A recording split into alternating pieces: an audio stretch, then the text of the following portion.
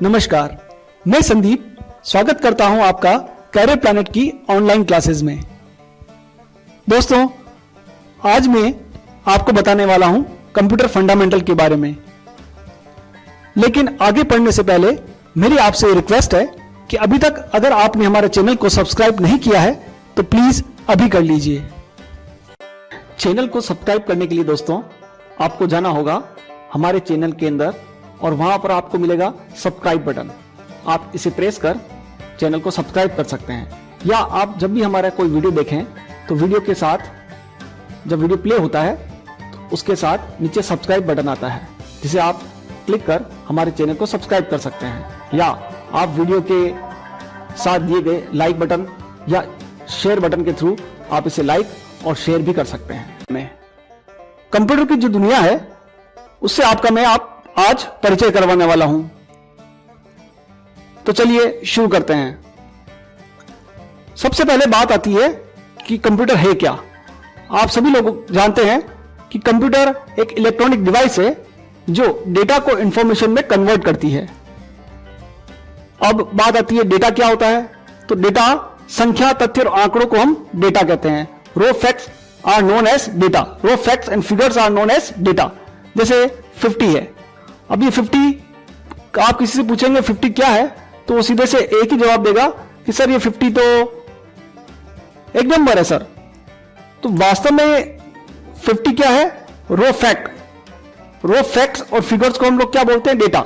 लेकिन अगर इसी 50 के आगे आपने रुपीज लिख दिया तो that is called information.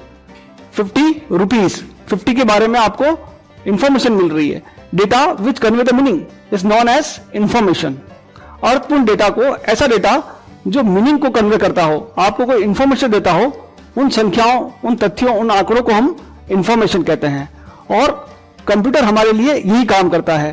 Computer एक इलेक्ट्रॉनिक डिवाइस है जो डेटा को इंफॉर्मेशन में परिवर्तित करता है। अब बात आती है कि व्हाट इज कंप्यूटर। कंप्यूटर है क्या? तो अभी हमने सीखा कि कंप्यूटर इलेक्ट्रॉनिक डिवाइस है, लेकिन इसकी जो स्पेलिंग है COMPUTER, इसका अपना एक मीनिंग होता है दोस्तों।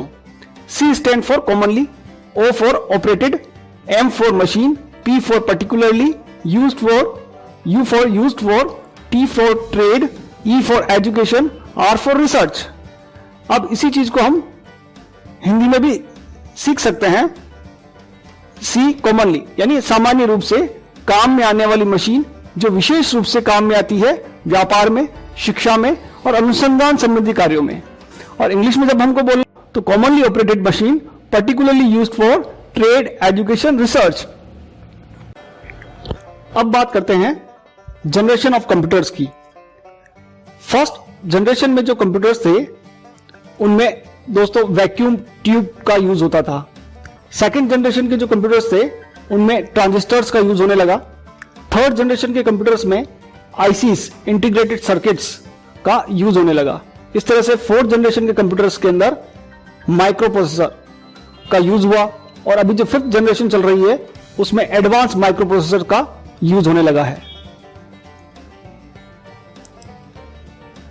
अब बात आती है what is principle of computer, यानी कंप्यूटर का सिद्धांत क्या है। हम सभी का कोई ना कोई सिद्धांत होता है। जिस तरह से हमारा सिद्धांत होता है वैसे ही कंप्यूटर का भी सिद्धांत है। यह भी ठीक उसी तरह से काम करता है जिस तरह से हम और आप काम करते हैं। जैसे यदि आपसे कोई आपका नाम पूछे कि आपका नाम क्या है, तो आप अपना जो भी नाम बताएंगे उसका प्रोसेस क्या हुआ। सबसे पहले आपने क्वेश्चन को इनपुट किया, कान से आपके क्वेश्चन कान से इनपुट हुआ, फिर उसकी प्रोसेसिंग आपके दिमाग में हुई, आपने सोचा समझा और जवाब तैयार किया। जवाब तैयार होने के बाद आपके मुंह से जवाब निकला कि सर मेरा नाम ये है XYZ, जो भी आपका नाम है। तो ये जो प्रोसेस है पूरा, ठीक इसी तरह से हमारा कंप्यूटर भी काम करता है। इसमें भी इनपुट होता है। अब इनपुट के लिए इसके अलग अलग डिवाइसेस हैं। प्रोसेसिंग होती है, जिसे सोचना समझना वाली जो बात होती है वो प्रोसेसिंग वाला फैक्टर, वो भी इसमें होता है। फिर आउटपुट मिलता है, रिजल्ट मिलता है। और अगर आप भविष्य के लिए उसे स्टोर करना चाहते हैं तो इसमें स्टोरेज यूनिट भी होती हैं। तो ठीक ये कंप्यूटर ठीक वैसे ही काम करता है जैसे हम और आप काम करते हैं। अब बात आती है पार्ट्स ऑफ कंप्यूटर की। इसमें अलग अलग काम के लिए अलग अलग पार्ट होते हैं। जैसे हमारे लिए इनपुट करने के लिए कान है, प्रोसेसिंग के लिए हमारे पास दिमाग है, स्टोरेज के लिए भी हमारे पास दिमाग है, और आउटपुट डिवाइस के फॉर्म में हमारे पास मुंह है। तो ठीक इस तरह से अलग अलग कामों को करने के लिए हमारे पास अलग अलग भगवान ने आपको अलग अलग अंग दिए हैं, अलग अलग पार्ट्स दिए हैं बॉडी के। ठीक इस तरह से यहां भी अलग अलग कामों को करने के लिए अलग अलग पार्ट्स हैं। फर्स्ट जो हम बात कर रहे हैं वो है इनपुट डिवाइसेस। डिवाइसेस का मतलब है उपकरण। कंप्यूटर में इनपुट करने के लिए किन किन डिवाइसेस का हम लोग यूज करते हैं उसके बारे में हम लोग सीखते हैं। सबसे पहले दोस्तों बात करते हैं फर्स्ट इनपुट डिवाइस कीबोर्ड की। जैसा इसका नाम है कीबोर्ड, की मीन्स चाबी, यानी ये कंप्यूटर की चाबी है दोस्तों। जिस यूजर का हाथ कीबोर्ड पर अच्छी तरह से जमा होता है या जिसे कीज का पूरा नॉलेज होता है वो कंप्यूटर को बहुत अच्छी तरह से हैंडल कर सकता है, ऑपरेट कर सकता है। टाइप्स ऑफ कीज, यानी कीबोर्ड के अंदर अलग अलग तरह की कीज होती हैं। फर्स्ट जो होती हैं उन्हें हम अल्फाबेट्स के नाम जानते हैं, जिसमें स्मॉल A to Z और capital A to Z use होती हैं। नंबर्स की होती हैं 0 to 9। स्पेशल कीज होती हैं विंडोज की, अल्टर की, कंट्रोल की, नमलॉक की, function keys F1 to F12 होती हैं। ये अलग अलग वर्क को अलग अलग तरह से काम करने के लिए अलग अलग सॉफ्टवेयर में अलग अलग तरह से यूज होती हैं। अब सेकंड जो इनपुट डिवाइस है वो है माउस। जैसा इसका नाम है माउस, ये दोस्तों एक तरह का पॉइंटिंग डिवाइस है जो किसी भी चीज को, किसी भी प्रोग्राम को पॉइंट करने के लिए इसका यूज किया जाता है। माउस तीन तरह के जनरली मार्केट में मिलते हैं। एक होता है ऑप्टिकल माउस, एक ट्रैकबॉल माउस, एक वायरलेस माउस। इस माउस में तीन तरह के बटन होते हैं दोस्तों। जो लेफ्ट बटन होता है वो किसी भी प्रोग्राम को ओपन करने के लिए यूज में लिया जाता है। आप जिस प्रोग्राम को ओपन करना चाहते हैं उस प्रोग्राम के ऊपर अपना कर्सर ले जाएं, माउस पॉइंटर ले जाएं और फिर डबल क्लिक करें तो लेफ्ट क्लिक से दोस्तों डबल क्लिक किया जाता है। इस तरह से राइट बटन जो है वो सिंगल क्लिक करने के लिए यूज में लिया जाता है, और सिंगल क्लिक किसी भी प्रोग्राम की प्रॉपर्टीज को एक्सेस करने के लिए यूज में लिया जाता है। इसी तरह से स्क्रॉल बटन, माउस के बीच में ये जो गिरी टाइप होता है उसको हम स्क्रॉल बटन कहते हैं। पेज अप और पेज डाउन करने के लिए इसका यूज किया जाता है। तो माउस में तीन बटन जनरली यूज में लिए जाते हैं, first left button, right button और स्क्रॉल बटन।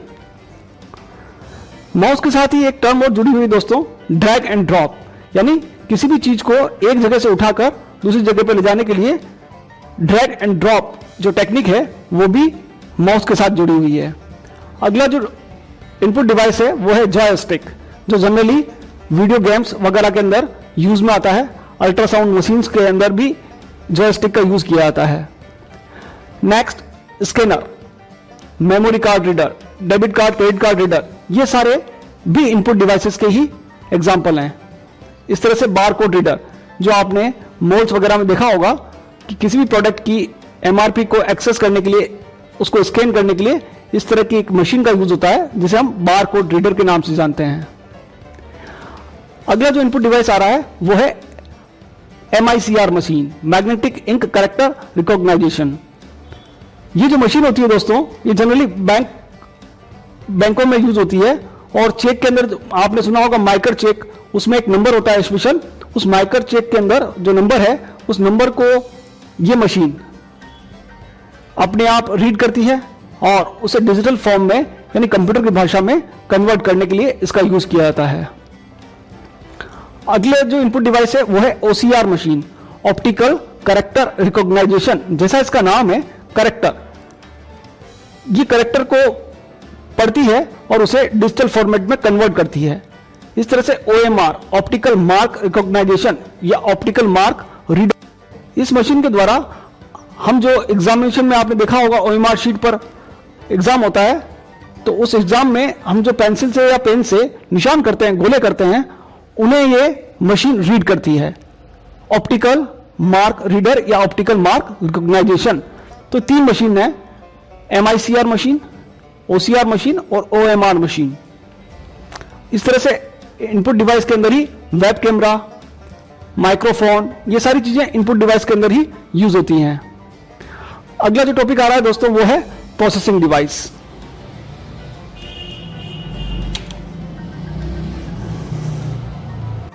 चलिए अब बात करते हैं प्रोसेसिंग डिवाइस की। प्रोसेसिंग डिवाइस में सबसे इंपॉर्टेंट और सबसे ज्यादा काम में आने वाला जो पार्ट है वो है सीपीयू, सेंट्रल प्रोसेसिंग यूनिट। जैसा इसका नाम है, केंद्रीय संसाधन इकाई, यानी ये हमारे कंप्यूटर का एक तरह से ब्रेन होता है। जैसे ही आपने इसका नाम सुना और आपके दिमाग में इस तरह का एक पिक्चर इमेज बन गई होगी। तो सीपीयू, जिसे हम प्रोसेसर, माइक्रो प्रोसेसर के नाम से भी जानते हैं, वास्तव में इस यूनिट के अंदर लगा होता है। इस यूनिट को हम सीपीयू नहीं कहते, इस यूनिट को सिस्टम यूनिट या कैबिनेट कहा जाता है। तो फिर सीपीयू किसे कहते हैं? सीपीयू कहां होता है? सीपीयू इस डब्बे के अंदर लगा होता है। अगर आप देखें, सीपीयू इस तरह का होता है और वो मदरबोर्ड पर, अभी मैं बताऊंगा आपको, मदरबोर्ड पर लगा होता है। तो इस डब्बे के अंदर क्या होता है? यदि आप इस डब्बे के अंदर देखेंगे, जिसे हम कैबिनेट या सिस्टम यूनिट बोल रहे हैं, तो उसमें कई चीजें लगी होती हैं। एक पावर सप्लाई होती है, जिसे हम SMPS, switch mode power supply कहते हैं, जो कंप्यूटर को पावर देने के लिए यूज में ली जाती है। इस तरह से ये जो आप देख रहे हैं बहुत सारी चीजें, उनमें जो आप ये इधर से देख रहे हैं, ये वाला पार्ट, उसको हम बोलते हैं मदरबोर्ड। इस तरह से इसमें हार्ड डिस्क लगी होती है, फ्लॉपी ड्राइव, आजकल तो बंद हो गई, पहले फ्लॉपी ड्राइव भी यूज होती थी, सीडी रोम या डीवीडी रोम लगी होती है, कार्ड्स होते हैं अलग अलग तरह के, sound card, VGA card, game card, इस तरह के अलग अलग चीजें होती हैं। पावर सप्लाई के लिए केबल्स होती हैं, इस तरह से डाटा को कम्युनिकेट करने के लिए डेटा केबल्स होती हैं, जिन्हें बसेस कहा जाता है। आजकल साटा केबल्स लगने लग गई हैं। तो इस तरह की बहुत सारी चीजें इस सिस्टम यूनिट के अंदर होती हैं। इसलिए इस पूरी सिस्टम यूनिट को हम लोग सीपीयू नहीं कह सकते। सीपीयू तो वास्तव में एक छोटा सा इस तरह से पार्ट होता है जो कंप्यूटर के ब्रेन की तरह बिहेव करता है। कंप्यूटर का ये दिमाग होता है। इस सीपीयू के अंदर ये सीपीयू जो होता है, ये मदरबोर्ड पे लगा होता है। ये मदरबोर्ड है। मदरबोर्ड क्या है? तो मदरबोर्ड एक पीसीबी, प्रिंटेड सर्किट बोर्ड है, जिसके ऊपर सारे यहां पर आप देख रहे हैं अलग अलग चीजें लगी होती हैं। तो यहां पर इस जगह पर लगता है सीपीयू, ये उस सीपीयू लगाने की जगह है। अब ये जो केबल्स हैं वो अलग अलग तरह की केबल्स होती हैं, जिन्हें मैंने बताया आपको कि आईडी केबल कहा जाता है। इस तरह से आजकल लेटेस्ट टेक्नोलॉजी में साटा केबल्स का यूज होने लगा है। सीपीयू के दो पार्ट होते हैं, एक कहलाता है एएलयू, दूसरा कहलाता है CU. ALU stand for arithmetic logical unit, CU stand for control unit. ALU जैसा इसका नाम है, अर्थमेटिक और लॉजिकल कैलकुलेशंस को परफॉर्म करने के लिए सीपीयू का एएलयू वाला जो डिपार्टमेंट है वो रेस्पॉन्सिबल होता है। Arithmetic means addition, subtraction, multiplication, division, और logical greater than, less than, greater than equal to, less than equal to, not equal to आदि जो ऑपरेशंस होते हैं वो सभी एएलयू के अंडर कंट्रोल में होते हैं। इस तरह से सीयू जो होता है वो कंट्रोल यूनिट की तरह बिहेव करता है और कंप्यूटर के जितने भी रिसोर्सेज है, जितने भी पार्ट्स लगे हैं, memory, hard disk, printer, scanner, जितना भी आप काम करते हैं, आप जो माउस से क्लिक करते हैं, वो सारा का सारा रिसोर्स मैनेजमेंट का काम इस सीयू के द्वारा किया जाता है, जिसे हम कंट्रोल यूनिट कहते हैं। यानी सीपीयू के दो पार्ट हैं, एएलयू और सीयू। आगे बढ़ते हैं, अब बात आती है मेमोरी की। तो दोस्तों, मेमोरी कंप्यूटर के अंदर दो तरह की यूज होती हैं। एक होता है प्राइमरी मेमोरी, सेकंड होती है secondary memory. First primary memory जो होती है उसके भी दो पार्ट हैं, उसमें आता है रैम और रोम, जो आपने पहले भी सुन रखा होगा। इस तरह से सेकेंडरी मेमोरी जो होती है उसमें magnetic tape, optical disc, hard disk, floppy disk, बहुत सारी चीजें यूज होती हैं। मेमोरी का सीधा सा मीनिंग होता है ये आपके डाटा को स्टोर करने का काम करती हैं। फर्स्ट हम बात करते हैं रैम की। जैसा इसका नाम है, रैम, राम नहीं बोलना है दोस्तों, रैम बोलना है। कंप्यूटर टर्मिनोलॉजी में इसे रैम कहा जाता है। रैम का फुल फॉर्म है रैंडम एक्सेस मेमोरी। रैंडम, जिसमें रैंडम वर्ड का मीनिंग होता है बिना क्रम के, बिना ऑर्डर के। आप किसी सीक्वेंस में डेटा को एक्सेस नहीं करते हैं तो उसे बोलते हैं रैंडमली एक्सेस करना, यानी रैंडम एक्सेस। एक्सेस का मतलब to get the information. Computer memory के अंदर जो इंफॉर्मेशन आप स्टोर करते हैं उसे बिना क्रम के एक्सेस करना।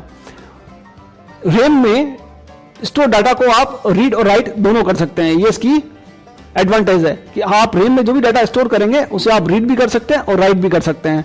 इस तरह से इसमें स्टोर डाटा पावर ऑफ होने पर, यानी लाइट चली जाए या पावर ऑफ हो जाए, तब जो रैम में आपने डाटा स्टोर किया है वो रिमूव हो जाता है।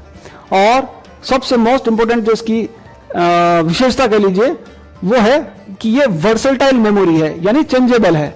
आप बार बार इसमें जो कंटेंट होते हैं वो बार बार चेंज होते रहते हैं। जैसे हमारे दिमाग में हम बैठे कहीं होते हैं और दिमाग में कई चीजें चलती हैं, विचार आते रहते हैं, जाते रहते हैं। ठीक इस तरह से जिस तरह से आपके दिमाग के अंदर विचार बदलते रहते हैं, ठीक इस तरह से रैम के अंदर भी जो कंटेंट होते हैं वो बार बार चेंज होते रहते हैं। इसलिए इस तरह की मेमोरी को वर्सटाइल मेमोरी, यानी रैम जो है वो वर्सटाइल मेमोरी है, चेंजेबल मेमोरी है। दूसरा होता है रोम, जैसा इसका नाम है, रीड ओनली मेमोरी। जो इस मेमोरी में एक बार आपने डाल दिया वो फिक्स हो जाता है। इसमें स्टोर डाटा को केवल रीड कर सकते हैं, डू नॉट राइट। इसमें रीड और राइट दोनों चलता है रैम में, इसमें केवल रीड कर सकते हैं। रोम में स्टोर डाटा पावर ऑफ होने पर रिमूव नहीं होता। ये ठीक वैसे ही काम करता है जैसे हमारे साथ होता है। हमारा नाम हम कभी नहीं भूलते हैं, एक बार हमको बता दिया हमारा एड्रेस ये, हमारा नाम ये, तो वो हमारे रोम में स्टोर हो जाता है, फिर वो कभी डिलीट नहीं होता। ठीक इस तरह से बहुत सारी चीजें होती हैं। जब हम सुबह से शाम तक बहुत सारी चीज देखते हैं, सुनते हैं, तो कुछ चीजें तो हमें याद रहती हैं और कुछ चीजें हम भूल जाते हैं। तो जो चीजें हम भूल जाते हैं वो हमारे रैम में रहती हैं, और जो हम परमानेंट हो जाती हैं वो हमारे रोम में आ जाती हैं। रोम नॉन वर्सटाइल मेमोरी की कैटेगरी में आता है, यानी इसके कंटेंट चेंज नहीं होते हैं। अब बात आती है टाइप्स ऑफ रैम, यानी रैम के भी अलग अलग प्रकार हैं। फर्स्ट जो है वो है एस रैम, स्टैटिक रैम। अब स्टैटिक रैम जो होती है ये रैम, चलिए बात करते हैं एस रैम, स्टैटिक रैम की। मैंने जैसा कि आपको बताया रैम के दो टाइप्स हैं, एक है एस रैम, दूसरा है D RAM. S RAM stand for static RAM. Static RAM में जो भी डेटा स्टोर होता है वो पावर ऑन होने तक, यानी कंप्यूटर में जब तक पावर रहेगा तब तक स्टैटिक रैम अपने कंटेंट को स्टोर करके रहती है। जैसे ही पावर ऑफ हुआ ये अपने कंटेंट को वॉश आउट कर देती है, यानी ये अपने आप को बार बार रिफ्रेश नहीं करती, इसके कंटेंट बार बार रिफ्रेश नहीं होते। जबकि डायनेमिक रैम, नाम ही इसका डी रैम या डायनेमिक रैम है, ये क्या करती है अपने कंटेंट्स को बार बार हर कुछ सेकंड्स में अपने कंटेंट को बार बार रिफ्रेश कर देती है। डी रैम के भी तीन टाइप है। फर्स्ट है EDO, extended data out random access memory. Second है SD RAM, synchronous dynamic random access memory. Third होती है डीडीआर रैम, जो अभी आजकल मार्केट में चल रही है, डीडीआर, डबल डेटा रेट। तो दोस्तों ये थे टाइप्स ऑफ रैम्स। इसी तरह से बात आती है टाइप्स ऑफ रोम की। तो फर्स्ट जो टाइप है वो है P ROM, programmable read only memory, in which the user can load programs and data that are read only. इस तरह से सेकंड होती है EPROM, erasable programmable read only memory. ये भी PROM की तरह होती है, लेकिन ये रीराइटेबल होती है, बट इसे रीराइट करने के लिए आपको इसकी चिप को अल्ट्रावायलेट लाइट के अंदर रखना होता है। थर्ड होती है फ्लैश मेमोरी। ये जो फ्लैश मेमोरी होती है वो आजकल डिजिटल कैमरास, MP3 प्लेयर्स आदि के अंदर यूज होती है। तो ये थी types of ROM, PROM, EPROM और फ्लैश मेमोरी। एक और मेमोरी होती है जिसे हम कैश मेमोरी या कैशे मेमोरी कहते हैं। ये मेमोरी मेन मेमोरी की सहायक मेमोरी होती है, मेन मेमोरी को हेल्प करती है। एक्चुअल में जब CPU और मेन मेमोरी के बीच में डेटा कम्युनिकेट होता है तो कैश मेमोरी उसमें अपनी महत्वपूर्ण भूमिका अदा करती है। जिस कंप्यूटर में जितनी ज्यादा कैश मेमोरी होगी उतना ही कंप्यूटर की स्पीड तेज और बेटर होगी। कैश मेमोरी अलग अलग तरह की होती हैं, L1 cash, L2 cash, L3 cash. तो मेमोरी के तीन टाइप्स हो गए हैं, फर्स्ट रैम, सेकंड रोम, थर्ड कैश मेमोरी। इस तरह से मैंने जो आपको कैबिनेट दिखाया था, सिस्टम यूनिट दिखाई थी, उसके अंदर एक मदरबोर्ड लगा हुआ है। उस मदरबोर्ड पर एक सेल लगता है जिसे हम CMOS बैटरी कहते हैं। ये CMOS बैटरी कंप्यूटर के डेट और टाइम को कंट्रोल करने के लिए यूज में ली जाती है। CMOS, complementary metal oxide semiconductor. इस CMOS बैटरी से कंप्यूटर की डेट और टाइम कंट्रोल होते हैं। नेक्स्ट जो टॉपिक आ रहा है वो है स्टोरेज डिवाइसेस या सेकेंडरी मेमोरी। डेटा को स्टोर करने के लिए जैसे हमारे घर में स्टोर रूम होते हैं, इस तरह से यहाँ पर अलग अलग तरह के स्टोर रूम है। फर्स्ट है HDD, हार्ड डिस्क डिवाइस या हार्ड डिस्क ड्राइव। आपने सुना होगा C drive, D drive, E drive. वास्तव में ये C, D और E या आगे और भी अल्फाबेट हो सकते हैं या कम भी हो सकते हैं, ये सभी हार्ड डिस्क के पार्टीशंस होते हैं। हार्ड डिस्क दिखने में कुछ इस तरह की होती हैं, अंदर इस तरह की एक प्लेट डिस्क लगी होती है और ये हेड है उसका, वो इस डिस्क पर डाटा को रीड और राइट करने का काम करता है। ये डिस्क बहुत तेजी से आरपीएम की फॉर्म में रोटेशन पर मिनट के हिसाब से इसकी स्पीड को मेजर किया जाता है और ये काफी तेजी से रोटेट करती है और हेड उस पर जाकर आपके डाटा को रीड और राइट करने का काम करता है। तो दोस्तों सीपीयू जो है एक तरह का शॉपकीपर हो गया, रैम उसके लिए शोरूम का काम करती है, हार्ड डिस्क गोडाउन का काम करता है। हार्ड डिस्क में जो भी डाटा स्टोर होता है वो सीपीयू के थ्रू रैम यानी शोरूम में आपको दिखाई देता है। अब स्टोरेज डिवाइस में दूसरा जो कंपोनेंट है वो है डीवीडी या सीडी रोम।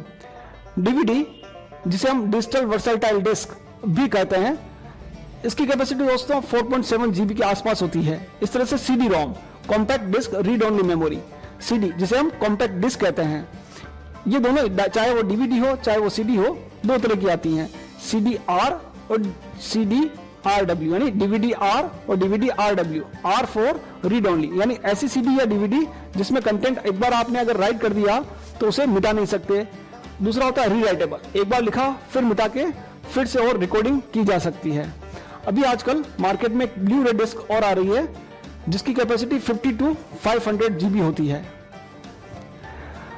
इस तरह से स्टोर करने के लिए स्मार्ट मीडिया कार्ड्स मार्केट में मिलते हैं। Mini SD card, micro SD card जो आपने अपने मोबाइल में भी यूज किए होंगे वो इसी तरह से कंप्यूटर में भी यूज किए जा सकते हैं।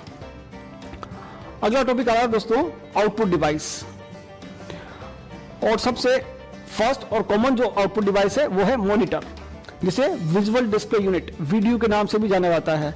ये अलग अलग टाइप के होते हैं। फर्स्ट होता है CRT monitor, cathode ray tube. इस तरह का पहले इस तरह का जो मॉनिटर आता था उसे सीआरटी मॉनिटर कहा जाता है।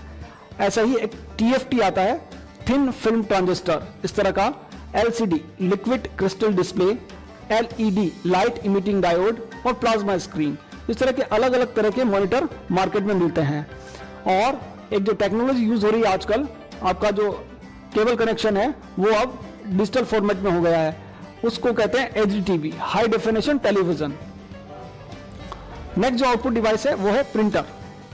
प्रिंटर दोस्तों वास्तव में दो प्रकार के होते हैं, एक कहलाता है इंपैक्ट प्रिंटर, दूसरा कहलाता है नॉन इंपैक्ट प्रिंटर। प्रिंटर से जो हमको आउटपुट मिलता है उसे हम हार्ड कॉपी के नाम से जानते हैं, और कंप्यूटर में जो टेक्स्ट आपको दिख रहा है उसे सॉफ्ट कॉपी के नाम से जानते हैं। प्रिंटर के रेजोल्यूशन को नापने के लिए एक इकाई का यूज होता है, एक यूनिट का यूज होता है जिसे डीपीआई डॉट पर इंच के रूप में जाना जाता है। इंपैक्ट प्रिंटर, इंपैक्ट प्रिंटर की कैटेगरी के अंदर कैरेक्टर प्रिंटर और लाइन प्रिंटर आते हैं। कैरेक्टर प्रिंटर के अंदर आता है डॉट मैट्रिक्स, जो आपके घरों में नल के बिल, लाइट के बिल आते हैं, जो ऐसे प्रिंटर जो dot dot dot dot printing करते हैं वो सारे प्रिंटर डॉट मैट्रिक्स प्रिंटर कहलाते हैं। ये काम करते वक्त काफी आवाज करते हैं। डेसीविल प्रिंटर भी इस तरह का होता है, इसमें व्हील लगा होता है और वो प्रिंट करता है। ये काम करते हुए काफी आवाज करते हैं। सेकंड प्रिंटर जो होते हैं लाइन प्रिंटर, इनमें चेन प्रिंटर और ड्रम प्रिंटर को शामिल किया गया है। प्रिंटर की जो स्पीड होती है दोस्तों उसे मेजर करने के लिए एक यूनिट है जिसको पीपीएम, पेज पर मिनट कहा जाता है। नॉन इंपैक्ट प्रिंटर जो होते हैं उनके अंदर इंकजेट, लेजर और थर्मल प्रिंटर आता है। इंकजेट प्रिंटर जैसा इसका नाम है, इंकजेट पेपर पर स्प्रे करता है इंक की और फिर प्रिंटिंग करता है। इस तरह से लेजर प्रिंटर सबसे बेस्ट प्रिंटर होता है और काफी पॉपुलर प्रिंटर है लेजर प्रिंटर। नेक्स्ट जो प्रिंटर होता है thermal printer.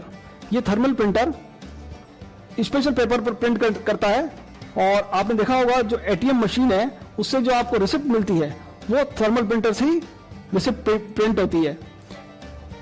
Thermal printer print करने के लिए हीट एलिमेंट का यूज करता है। इस तरह से जो आपका लेजर प्रिंटर है वो फोटो सेंसिटिव एलिमेंट्स का यूज करते हुए फिर प्रिंट करता है। लेजर प्रिंटर के अंदर टोनर, इंक को हम टोनर कहते हैं, लेजर प्रिंटर के अंदर टोनर यूज होता है। और जनरली ये black and white printer use होते हैं, लेकिन कलर प्रिंटर भी लेजर की फॉर्मेट में आता है लेकिन वो काफी महंगा होता है। इंकजेट प्रिंटर कलर और ब्लैक एंड व्हाइट दोनों एक साथ प्रिंट आउट निकालते हैं। हेडफोन और स्पीकर, इन्हें भी आउटपुट डिवाइसेस की फॉर्मेट में हम लोग जानते हैं। इस तरह से बड़े बड़े मेप, फ्लैक्स पोस्टर्स प्रिंट करने के लिए जिस डिवाइस का यूज होता है उसे प्लॉटर कहा जाता है। यानी छोटे प्रिंटर से, ये जो छोटे प्रिंटर है इनसे हम लोग बड़े बड़े मेप, फ्लैक्स, पोस्टर्स प्रिंट नहीं कर सकते, उनके लिए प्लॉटर्स का यूज होता है। इस तरह से कुछ डिवाइसेस ऐसी हैं जो इनपुट और आउटपुट दोनों का काम करती है, जिन्हें मल्टी फंक्शनल डिवाइसेस कहा जाता है। जैसे फैक्स मशीन, ऐसी एक मशीन जिसमें स्कैनर, प्रिंटर, फैक्स मशीन और आपका कॉपियर मशीन, वो सारी चीजें एक साथ होती है, एक ही मशीन में होती है, इसलिए ऐसी मशीन्स को मल्टी फंक्शनल डिवाइसेस भी कहा जाता है। ऐसा ही एक और नेक्स्ट है मोडेम। दोस्तों मोडेम कंप्यूटर में इंटरनेट चलाने के लिए यूज में लिया जाता है। मोडेम एक ऐसा डिवाइस है जो डिजिटल सिग्नल्स को एनालॉग में और एनालॉग सिग्नल्स को डिजिटल सिग्नल्स में कन्वर्ट करता है। मैं आगे इंटरनेट पर एक वीडियो बनाने वाला हूं, वहां मैं आपको पूरा वर्किंग ऑफ इंटरनेट के बारे में समझाऊंगा कि ये डिवाइस मोडेम किस तरह से काम करता है और क्या इसकी नीड है। अभी आपको केवल मोडेम मॉड्यूलेटर डीमॉड्यूलेटर से कहा जाता है। मोडेम इंटरनेट चलाने के लिए यूज में लिया जाता है और ये क्या करता है, ये एनालॉग सिग्नल्स को डिजिटल में और डिजिटल सिग्नल्स को एनालॉग में कन्वर्ट करता है। वास्तव में हमारे टेलीफोन लाइन में से जो वेव्स हमको मिलती हैं वो एनालॉग वेव्स होती हैं और ये एनालॉग वेव्स हमारा कंप्यूटर सिस्टम नहीं समझ पाता। हमारा कंप्यूटर सिस्टम डिजिटल वेव्स को या डिजिटल तरंगों को ही समझ पाता है।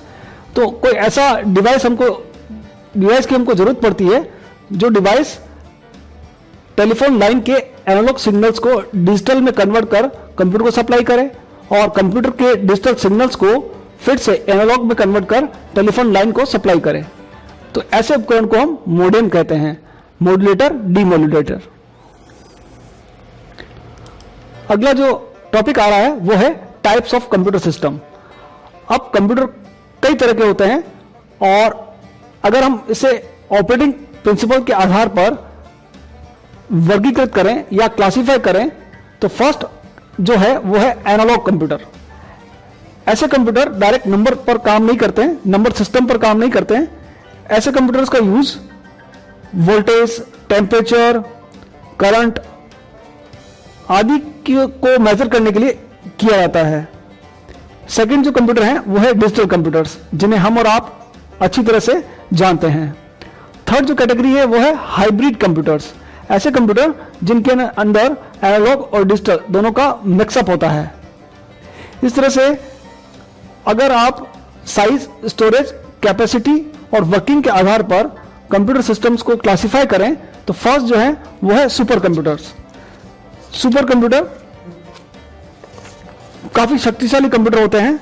इनका यूज मौसम की भविष्यवाणियां, कॉम्प्लेक्स कैलकुलेशन, साइंटिफिक कैलकुलेशंस, भूकंप, अर्थक्वेक, इन सब को कैलकुलेट करना, इनकी कैलकुलेशंस करना, इनकी फोरकास्टिंग करना, टेलीकम्युनिकेशंस के काम करना, सैटेलाइट लॉन्च करना आदि कामों को करने के लिए सुपर कंप्यूटर का यूज होता है। जो फर्स्ट सुपर कंप्यूटर था उसका नाम है CDC 6600 और भारत का जो पहला सुपर कंप्यूटर है उसका नाम है परम। अगला जो कंप्यूटर आ रहा है वो है main frame computer. Main frame computer जैसा कि आपको डायग्राम में दिख रहा है, आदमी के आकार के बड़े बड़े कंप्यूटर्स होते हैं जिनमें डाटा मैग्नेटिक टेप में स्टोर होता है। ये मेन फ्रेम कंप्यूटर्स बहुत बड़े डेटा को स्टोर करने के लिए यूज में लिए जाते हैं, काफी महंगे होते हैं और बड़े बड़े ऑर्गेनाइजेशंस इनका यूज करते हैं। इस तरह से जो नेक्स्ट कंप्यूटर है वो है मिनी कंप्यूटर। नाम भले ही दोस्तों इसका मिनी है, लेकिन आप देख रहे होंगे डायग्राम में कि किस तरह का ये दिखाई देता है। जिन लोगों की कस्टम एप्लीकेशंस होती हैं, जैसे कोई सीमेंट प्लांट है, वहां पर कंप्यूटर यूज किया जाता है, तो वहां हमारे तरह डेस्कटॉप कंप्यूटर यूज में नहीं लिए जाते।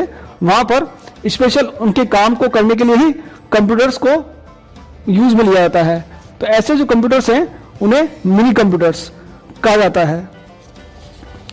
नेक्स्ट जो कंप्यूटर हैं उन्हें हम पर्सनल कंप्यूटर, पीसी या माइक्रो कंप्यूटर के नाम से जानते हैं।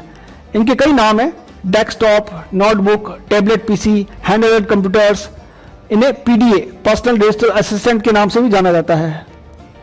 इस तरह के नोटबुक जिसे आप लैपटॉप के नाम से भी जानते हैं इस तरह से मोबाइल पे जब हम चलाते हैं, मोबाइल चलाते हैं, उसे भी हैंड हेल्ड कंप्यूटर सिस्टम कहा जाता है। इस तरह से टेबलेट पीसी आता है जिसमें कॉम्पैक्ट या कस्टम एप्लीकेशंस रन की जाती हैं, उन्हें टेबलेट पीसी के नाम से जाना जाता है। कंप्यूटर की जो भाषा है दोस्तों, उस भाषा को हम बाइनरी कहते हैं, लैंग्वेज। लैंग्वेज जैसे हमारी और आपकी एक भाषा है, उसी तरह से कंप्यूटर की भी एक भाषा है। टू कम्युनिकेट विद कंप्यूटर्स, अगर आपको कंप्यूटर से बातचीत करनी है तो कंप्यूटर की भाषा आनी चाहिए। तो कंप्यूटर की जो भाषा है वो है बाइनरी। बाइनरी भाषा में ही कंप्यूटर काम करता है। इस बाइनरी भाषा में दो ही अक्षर होते हैं, दो ही अल्फाबेट्स होते हैं। जैसे हमारी भाषा के अंदर अ आ ई है, ABCD है, उसमें 26 लेटर्स होते हैं। उस तरह से इस बाइनरी के अंदर केवल दो ही, 0 और 1 ही होता है। यूनिट्स इन कंप्यूटर, कंप्यूटर में जो साइज है, जो कैपेसिटी है, उसको मेजर करने के लिए इकाई का यूज होता है, यूनिट का यूज होता है, जिसे हम बाइट के नाम से जानते हैं। 1 बाइट दोस्तों 8 बिट से मिलकर 1 बाइट बनती है। उस तरह से 1 बाइट के अंदर 1 कैरेक्टर जो होता है उसे हम 1 बाइट कहते हैं। 1024 बाइट्स मिलकर 1 किलोबाइट बनती है। जैसे 1 किलो में 1000 ग्राम होते हैं, उस तरह से 1024 बाइट्स मिलकर 1 किलोबाइट बनाती हैं। उस तरह से 1024 किलोबाइट मिलकर 1 मेगाबाइट बनाती हैं। 1024 मेगाबाइट मिलकर 1 GB गीगाबाइट बनाती हैं। 1024 गीगाबाइट मिलकर 1 TB टेराबाइट बनाती हैं। हार्डवेयर, यानी अगर आपसे कोई पूछे कि हार्डवेयर किसे कहते हैं, तो कंप्यूटर के अंदर जितने भी पार्ट्स जिन्हें हम टच कर सकते हैं, all visible and touchable parts of a computer system is known as hardware. जिन्हें आप टच कर सकते हैं वे सारे पार्ट्स कंप्यूटर सिस्टम के हार्डवेयर कहलाते हैं। जैसे आपका monitor, printer, scanner, keyboard, mouse, सारी चीजें हार्डवेयर की कैटेगरी में आती हैं।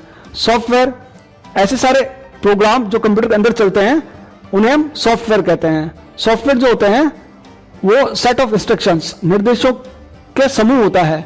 सेट ऑफ इंस्ट्रक्शंस या set of programs are known as software. दोस्तों, अगर आपको ये वीडियो अच्छा लगा हो, उपयोगी लगा हो, तो इसे जरूर लाइक करें, अपने दोस्तों को बताएं, शेयर करें और हमारे चैनल को सब्सक्राइब करना ना भूलें। Thank you so much. अगर दोस्तों आपको हमारा वीडियो अच्छा लगा हो